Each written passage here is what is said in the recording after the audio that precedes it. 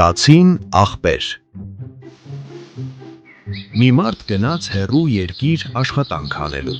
Ընկավ մի գյուղ։ Տեսավ այս գյուղի մարդիկ ձեռով են փայտ կոտրատում։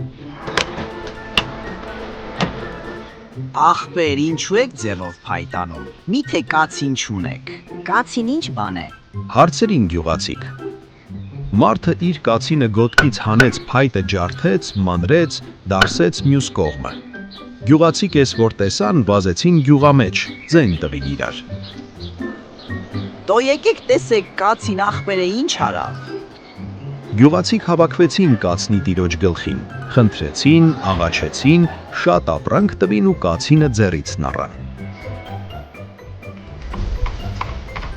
Կացինը առան, որ հերթով կոտրեին իրենց փայտը։ Առաջին օրը տանուտերը տարավ։ Կացինը վրա բերավ թե չէ, ոտը կտրեց։ Գոռալով ընկավ գյուղամեջ։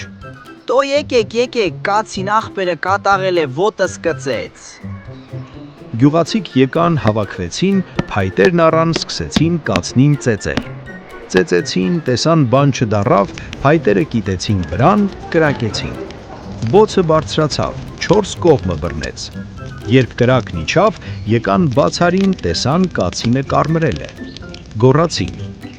Վայ, տեղեք, կացին աղբերը բարգացել է, տեսեք ոնց է կարմրել, որտեղ որ է մեր գլխին մի փորձանք կբերի։ Ինչ անենք։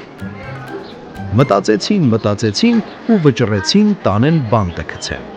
Տարան գցեցին տանուտերի մարագը լիքը դարման էր։ Գցեցին թե չէ, կրակն առավ, բոցը երկինք բարձրացավ։